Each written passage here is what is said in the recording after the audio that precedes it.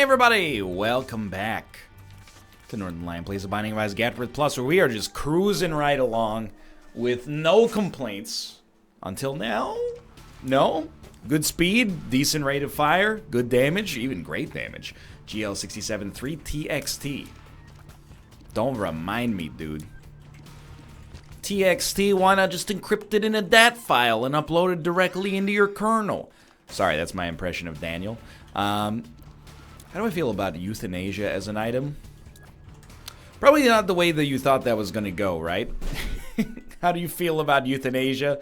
Maybe a little bit controversial of a subject for a video gaming YouTuber. I don't know. Are the debate topics for like middle school debate still the same? Like we had the most common, bar none, school uniforms. I don't know if that's still a hot button issue or what. I could tell you upside down, backwards, right to left, left to right, every problem with school uniforms, every positive related to school uniforms, because we did the debate like every year. And inevitably, it was always wild, because, you know, in middle school debate class, or English class with a debate module, whatever you want to say, there would always be like, you know, maybe like 15 groups or 10 groups. So like one of the groups will be discussing school uniforms. Are you for them? Are you against them? Blah, blah, blah. And another group of like 12-year-olds would be debating whether or not the death penalty should be allowed. It's kind of a stark difference. All right, first we got Ashley and Jamie are going to come up and they're going to debate the merits of school uniforms. And after, Ryan and Michael are going to give us a riveting discussion about how two 11-year-olds feel about capital punishment in Canada. There's a little bit of a difference between the two. We never had school uniforms, by the way. You know how I feel about school uniforms? I don't care. Even back then, when I was like 14, I was like, I don't care at all. You know, everybody's wearing a shirt that's like the Spice Girls, but they're all mice, and then it's Mice Girls. Except the boys are wearing a sweater that has all the Backstreet Boys, but they're cats, and they're the Cat Street Boys. We already had school uniforms. They came from Oshkosh.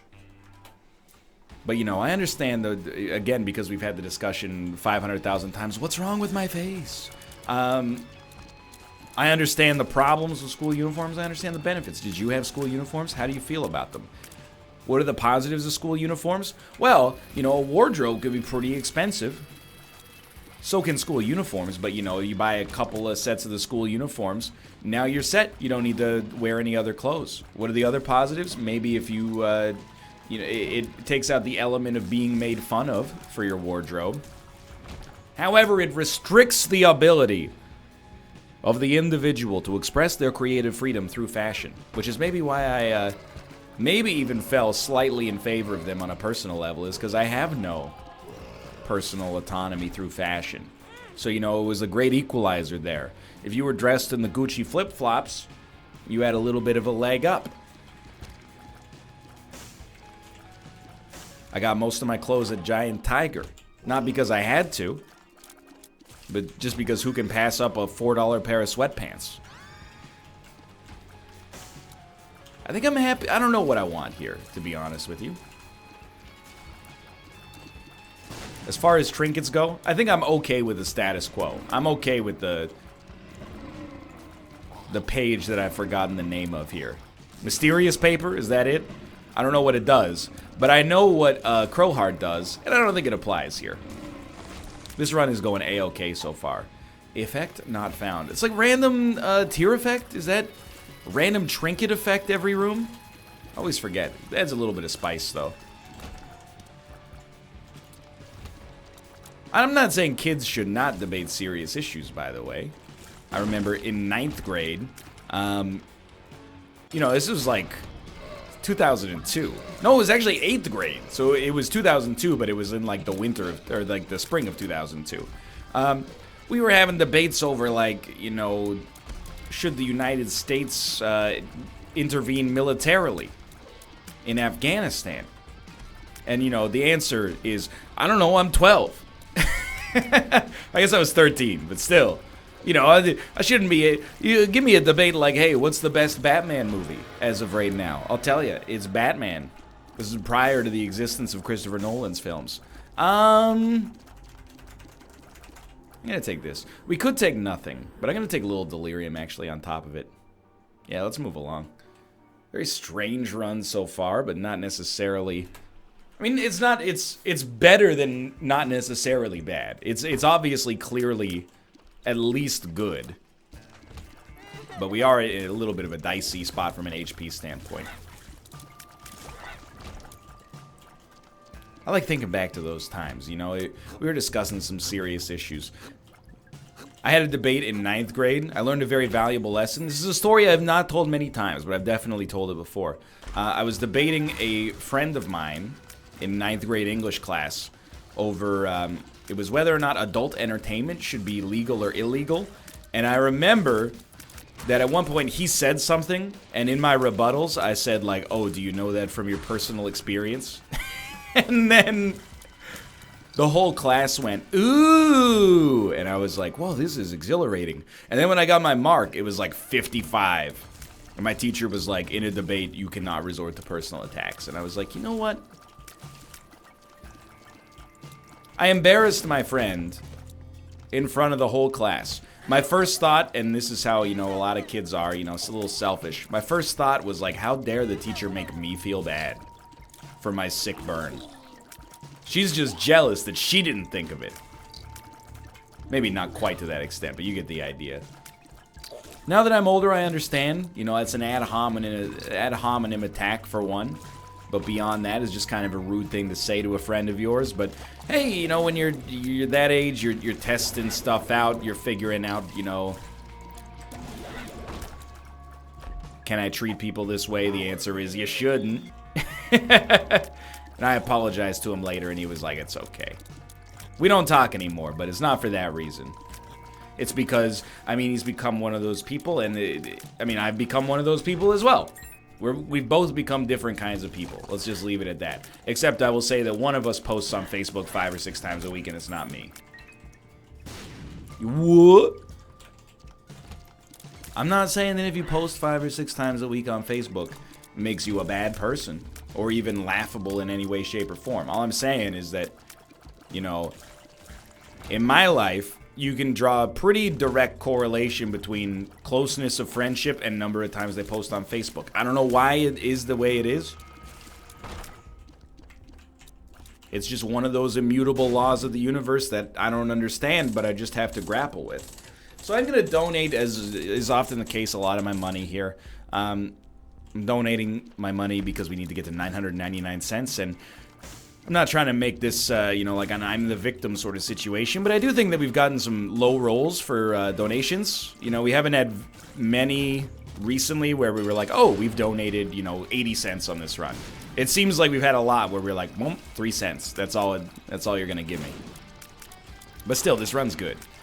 What would make it a little bit sweeter even is to beat the odds, get a deal with the devil, use the Hierophant to chain that into some kind of useful item right off the bat.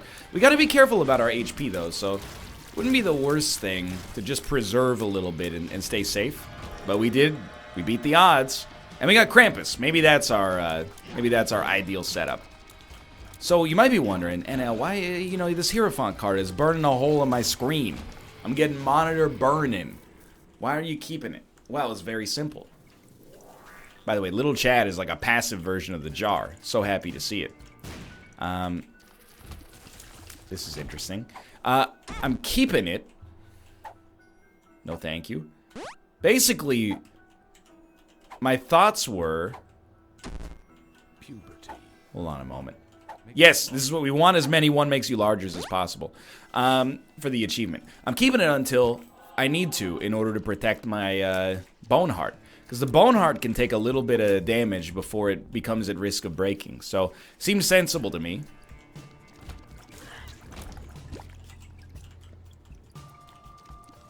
I don't know why. We must have like the goat hoof trinket effect or something. That's why our speed's so high. Something along those lines. I don't know, man. Anyway, we talked too much about school on the last episode, you know? No need to talk about it on this episode. I feel the need to point out, I don't bring it up to... I mean, there's no agenda, I guess, at all behind bringing it up. Except for the fact that it's on my mind because I got that exam later today still. I know, you're getting a glimpse into the Northernlion workflow. We were talking about that exam, you know, a few episodes ago. And it's still a couple hours away. That's what it means to be at the forefront of my mind during a Friday. A day where I tend to record a lot of Isaac-related content. We didn't go into this room, okay. I thought we had. Well, I wish I hadn't, one way or the other. So where do we leave this floor? Well...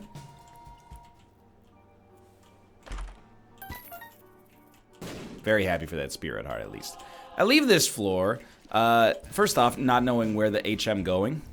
Secondly, I don't know... to be honest with you. I feel like our stats have not markedly improved. But we're very large favorites to get a deal with the devil on the next floor. Little Delirium is one of those items that I think I chronically underrate. And, you know, once I have it, I'm like, it's Brother Bobby. It's not Brother Bobby. It's like, I don't know, maybe like 5 times better than Brother Bobby.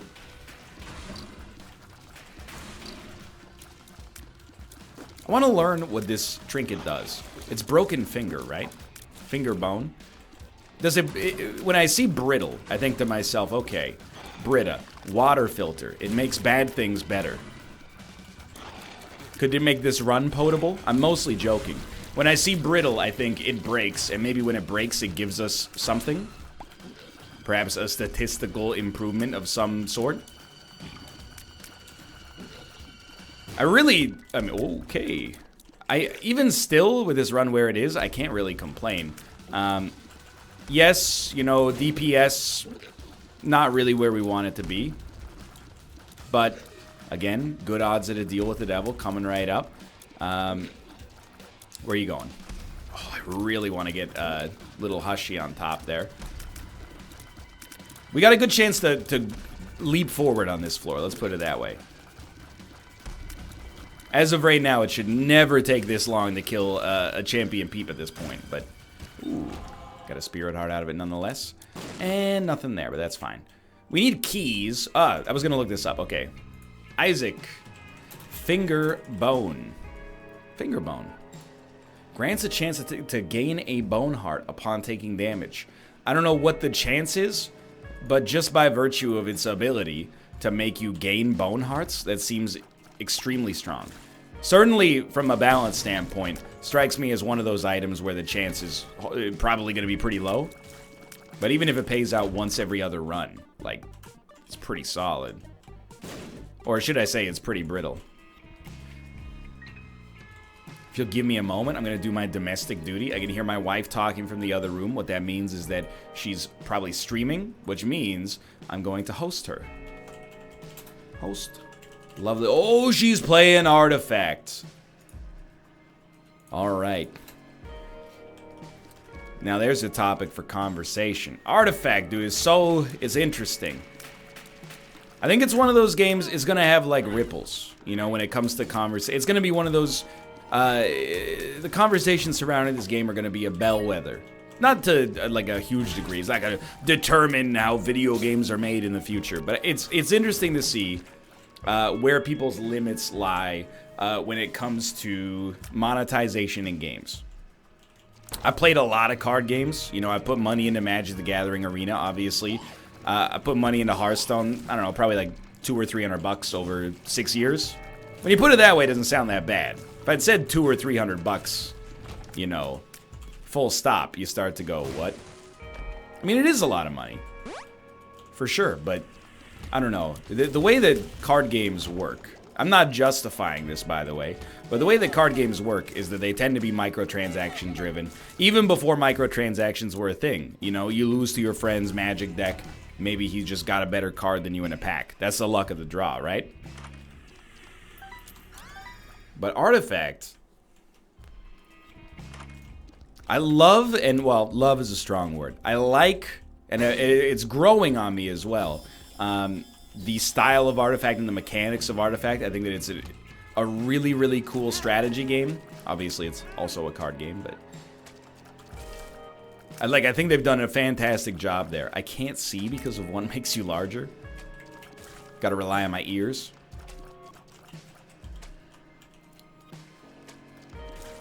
But I will admit, a $20 upfront cost, plus requiring purchasing packs or event tickets that give you cards, and having no dailies or anything like that. Like, at the end of the day, what it comes down to is that in Artifact, there is no way to gain cards without paying money, unless I'm not espousing ignorance, I don't think. You know, in Hearthstone, it's a grind, but you can get a bunch of gold by doing your dailies, and by, you know, every 3 wins, you get 10 gold or something. And over the course of, admittedly, several months, you could grind dozens of dollars worth of value. And that's kind of the way that those economies work, right? Like, I'm not trying to say it's good that the trade-off is either you invest $10 or 10 hours of your time. But that tends to be the way that those games make money. In Artifact, it's just the money, right? I mean, I know you can phantom draft endlessly for free, and I actually think that's really cool. But I will admit, the more I thought about it, and the more I was like, them not allowing, there's no dailies, there's no quests and stuff like that. Having, like, literally no means to be able to gain cards except using real money. It's going to be interesting to see where people lie. I know people are also talking about the $20 upfront cost. That's like a Trojan horse. If you're worried about a $20 cost in a card game, I understand where you're coming from, that you're getting it, you know, from both sides. You're paying upfront and with microtransactions. But like a $20 package in a card game, because it also does give you packs and stuff like that, that's the least of your worries. There are people out there that are putting like $1,500 a month into Magic. And again, people get protective about it, and I don't mean to even invoke that. If you want to, by all means. If you find it, if you have the disposable income, and it's what you like to do for your leisure time, sure. More power to you. I'm just saying, I've been playing Artifact. I have not played anything but Phantom Draft. End games against bots. I don't know if I'm going to invest any real money into that game. Scares me. It'll be interesting to see where people fall on it, because I think with all due respect to other games in the same vein, dude, this was a crazy good room. Card games have gotten away with a lot, and I say that as somebody who likes them. You know, in Hearthstone, I mean, you could obviously go infinite, but you gotta be really good. Every expansion that comes out is a couple $100. Magic, paper Magic is more egregious. And in my opinion, it kind of fosters there's really good parts of the Magic community for sure, no question. And I love Magic Arena. Paper Magic, sometimes the conversations that happen when I play, it just makes me roll my eyes, because like basically you're milking your opponents for expected value. You're going to like, oh, I don't want to draft there. The players are good, so I find that my expected value is higher when I go to this place across town, because there's a lot of newbies that play there. So I just feed them losses, and then on average, my draft is 70 cents profitable relative to just buying packs. You get the idea. I'm playing it up, and maybe I shouldn't, because people are going to be maybe slightly and rightfully offended by that. But it's interesting. Is Artifact... Sorry, I'm just going to take off my sweater here. Woo! Thanks, Mom. Is Artifact the most egregious example of CCG monetization? And I want to point out, if you're a fan of Artifact, we're in the same boat. Me too. I think mechanically it's a really, really, really interesting game. Is it the most egregious example of microtransactions? I don't know. As far as CCGs go, I'm not familiar with every single one. What's wild, though, I don't know how to explain it. There are like card games that have fixed this problem, or if you think it's a problem at least, and they're not as popular. Like, there are games out there where it's like, hey, just so you know, Once you get through the tutorial, you have access to all the cards. You can build whatever deck you want. I think, like, deep down, well, there's a couple of things. You know, let's be honest with one another. Magic, Artifact, Hearthstone, I still think they're really well-designed games. The one most at risk of probably being, you know, making people laugh at me for saying that is Hearthstone. But even then, you know, it's easy now, 6 years after, 5 years after the Hearthstone's peak of popularity, or even if not peak of popularity, you know, its launch. It's easy to forget, you know, there's a lot of fervor surrounding that game. And there's still, I mean, it's still very popular. I'm just saying. Gimme. Gimme. Are we on... We're on Necropolis 1. Man, this run is really slowed down.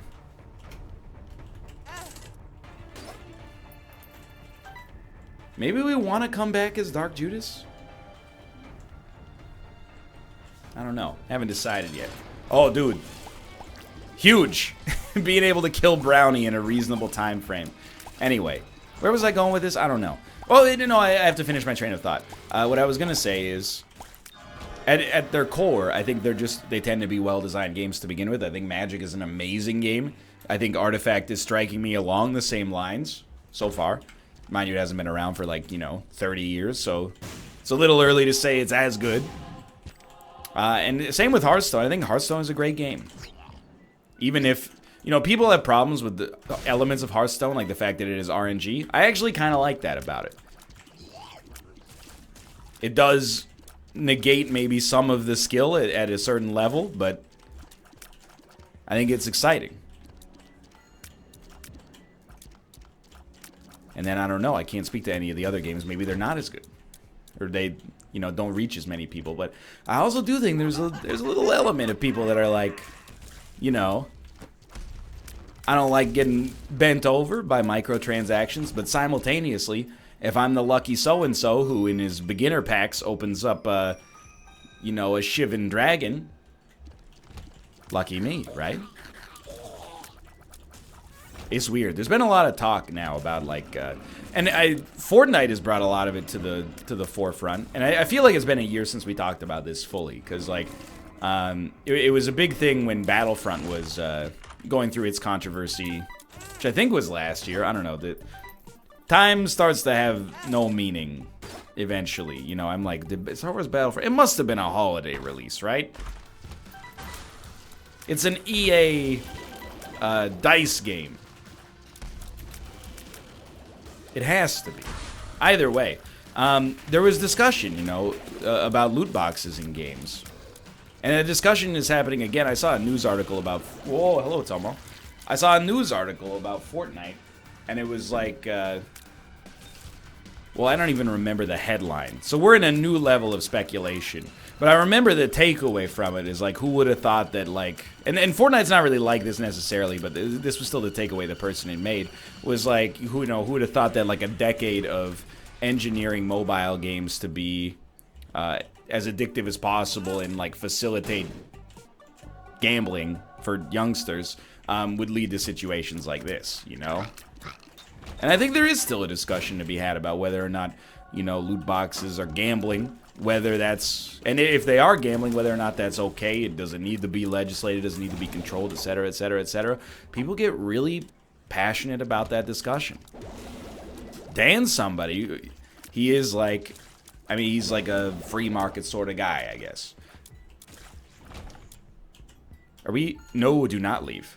So he's like, you know, if some sucker out there wants to put $500, or not even a sucker, but, you know, somebody decides that it's worth their time to put $500 into this game to try to get, you know, some kind of shiny item or something like that, you know, that's their fault. And it is. But what if that person's under the age of 18? What if that person's under the age of 10? What if that person is an adult, but, you know, is one of the, like, 1 in 30 Americans afflicted by a compulsion towards gambling addiction? You know, I don't have answers to any of these questions. It's just interesting that this is kind of where we're at from a video game standpoint. You know, it's very... I think it's the same thing... Like, I don't pretend to understand it. But, you know, it's like when you have, like, a drug addict, and you're like... Just stop doing drugs, lol. You know, like, don't shoot up today. It's that easy. I've been doing it every day in my life. You know, for whatever reason, you know, some of us are, maybe through habit or maybe genetically or mentally, whatever, we're wired a little bit differently. You know, like, I don't have a sweet tooth. There's some people out there who, like, the biggest problem for them in their lives is they just can't will themselves, or, like, they have a harder time willing themselves to, like, not eat Little Debbie cakes. I'm the same way, but for corn-based salty snacks. But if you put a bunch of snack cakes in front of me, I wouldn't eat them until I got hungry. I feel no compulsion to eat them. The same way, you know, for some people out there, you know, you could put them in a bar and they would be like, nah, I don't really want to drink today. And there would be some people who are like, I don't necessarily want to drink today, but I'm still going to drink everything that I can.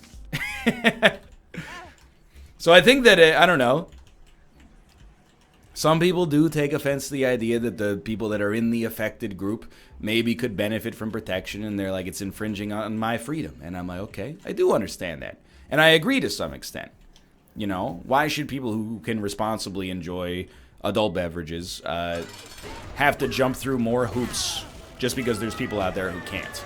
Well, let me pose a... I think I'm just going to stick with what we got. Let me pose a question for you. What if the squeeze in this... Or what if the juice in this case was being able to pay $5 to open a cyber loot crate? I guess it sort of reveals my opinion. I have two very conflicting opinions on loot boxes, and right now I've just been asking a lot of questions. Now I'm going to give you my opinion on this subject. My opinion on loot boxes is that they are gambling, and without being too galaxy brain, I actually feel like they're kind of more harmful than gambling in a strange way, because there's no conceivable reward you could ever get.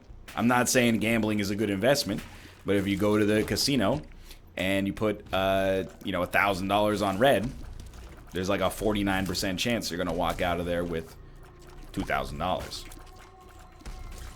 If you go into, you know, whatever game, and a lot of games that I love do have microtransactions, but if you go into whatever game and you pump in $1,000, you're not getting anything of monetary value. Unless, I don't know, there's some way to monetize your own play of it to some extent, or you know, I don't know, you sell your account later or something. Regardless, you get what I'm getting at. And that's okay. It doesn't have to be an investment, you know. It's also not an investment like when you buy a lunch. But I do think that, I mean, it fits the definition of gambling, right? You're putting money into a machine in the hopes of getting something, but you don't know what you're going to get. And it has the same kind of psychology, I think, as gambling. Puberty. You know, they do the thing where it makes it look like you're about to get an awesome reward, but then, oh, you're just shy, and then the human brain at a basal level doesn't really understand what's going on an intellectual level. It might. You get the idea. Now, I'm not saying loot boxes should be illegal. By the way, my other conflicting galaxy brain opinion is the opinion that, hey, if you don't like them, don't buy them. And if you like them, don't let my somewhat negativity about it dissuade you that much. But I do want, like, from a responsible standpoint, I at least want it to be known that I know there are people out there who can't control themselves, or who have a harder time controlling themselves, or who, you know, for whatever reason are dispossessed of the relevant cognitive tricks to not fall victim to this sort of stuff. So it's complicated. Like all issues, it's complicated. It's multifaceted. But I'm always glad the loot box discussion is happening. Now, is Artifact really in the same boat? I would probably say no. I don't think Artifacts... Well, I guess, you know, when it comes to loot boxes, a game where you could maybe spend $1,000 to get all the cards in the game is pretty bad. But at least, like, once you're done, you're done. There are some games out there where, like... And, of course, in Artifact, I should say, you can also buy everything off the Steam Marketplace, which, for me, removes a lot of the problem. And I'm being sincere when I say that, and I don't know if everybody's going to agree with that. I'm willing to go out on a limb and say that I might be slightly controversial this episode, which is very scary for me. But either way, I think, like, removing the gambling aspect and just having it be expensive, as far as I'm concerned, that at that point, a fool and his money are soon parted. And maybe that's even a little insensitive, but, you know, if a game goes, hey, here's a crate you can buy for $5, and there's a 0.1% chance you'll get this like shiny item in it, I'm like, that's not cool. And because then it goes blip, blip, blip, blip, blip, blip, blip, ting, ting, ting, and then it's like, here's your reward. It's gray shoes. But if it goes, hey, if you just want to give us $400, we'll just give it to you. I feel like people are way more likely to be like, no. But if once you add in some variability, people are like, you know, oh, I want the rush. Some people, at least, I think, are predisposed to it. But anyway, that's where I fall. I don't know where I fall on it.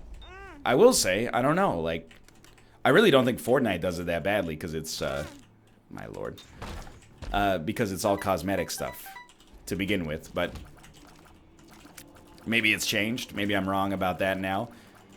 Moreover, I don't know, when we have kids, if we have kids, are we gonna, well, all I'll say is I'll pay close attention, or at least I'd like to think I'll pay close attention. Ooh.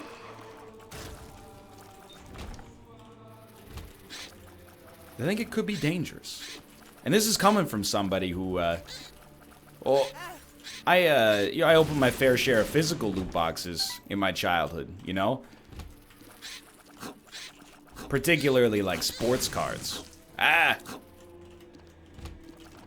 Now I consider myself kind of lucky. As a kid, I remember the pull. I remember being like, Mom, I want more hockey cards. And it's like half for the hockey cards, and it's half to rip it open and see what the hockey cards are. It's kind of like irrational, right?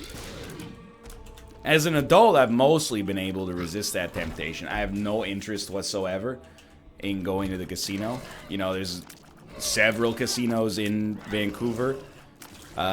I've never been to a casino in Vancouver. The last time I was in a casino was Champions of Fire like 2 years ago. And I was like, I had fun, but I sort of just like don't get it. I'm sure it's the same way, you know, it's the snack cakes all over again. I'm like, I mean, it's sort of fun, but I'm just kind of like, you know, in the end, these are all, like every single one of these games except Texas Hold'em basically boils down to like we've obfuscated a random number generator that's in our favor. And I can recognize that and still, you know, have fun engaging in it because maybe you'll beat the odds. But simultaneously, I was like, this doesn't really appeal to me all that much. But I'm thankful for that. I am. Because not everybody's like that. And, you know, what separates, as much as I would love to be like, it's my superior intellect, I don't know, I'm just wired differently. For whatever reason. You know, I'm not wired perfectly. If I could rewire myself, I would take away my desire to eat an entire bag of potato chips once I reach satisfaction, instead of being like, yeah, I'm full, but like they taste good, so let's just keep going like until I'm sick. Or until my stomach hurts. So I don't know. I'm being a little preachy, but I'm just preaching empathy in this situation. Also, you know, I don't know, but when people are like, when they fight hard for their right to buy microtransactions, I am a little bit like, are you the kind of people that would actually benefit most from the from anything that restricted them from being as addictive as they are? Maybe, maybe not, I don't know. It sounds like a subtweet towards Dan. It's not, you know? My man, one big brother, if he wants to buy basketball cards, you know, he's an adult. I'm more worried about, like, you know, and worried is not even the right word here. I'm more thinking about, you know, like a generation of people raised on, you know, mobile games. Which I don't even villainize that much. It would be hypocritical considering my Champions of Fire history. Come on, Hemolacria. I'm in your corner, alright? I'm fighting for you on these runs, but the rate of fire down has not been worth the meager damage upgrade here. Let's change that. I don't know. You may fall in different spectrums there, and that's fine too. If you're one of those people who's like, you know, I don't like loot boxes, but I think everybody should have the right to do whatever they want, and if it's a problem for you, then you should work on yourself. You should at least know that's pretty much the way I live my life right now. Loot boxes factor into my thought process like twice a year. The release of NHL and apparently the release of what was I gonna say? The release of a card game, in this case Artifact. More keys, please. I want to use Black Rune, but I want more keys, please. Thank you. Okay. We could take Poison Tears. I just don't think they're that good. That's a good target for a statistical improvement right there. And, you know, even in NHL, and this is kind of what scares me and informs me when it comes to these discussions. When it comes to NHL, I was like, I'm not going to buy any of the loot boxes, except for the ones that come with the pre-order. Because I think, like, it's kind of a scummy payment model. And people were like, EA's gonna get you. EA's gonna get you. And I was like, I don't think so, dude. They did get me on the pre-order. I'll give you that. But, post that, they were like, one day you're gonna lose to, like, a 12-year-old online, and you're gonna be like, I need new cards. And you know what? Never got there. I'm very thankful for it, to be fair, but never got there. And once I got to a point in the game where I was like, is the free-to-play grinding worth it at all? I said if I even have to be asking the question, I should probably just do something else with my time, and I bowed out. Dude, all worthwhile stat upgrades. We're going to try to make this one work right away. It's not bad. Anyway, I get it. It's a controversial subject. Anytime you want to, like, restrict something that people can enjoy responsibly, because there's people who can't enjoy it responsibly, there's always going to be this sort of discussion, I suppose. I'm just saying. I understand from both sides.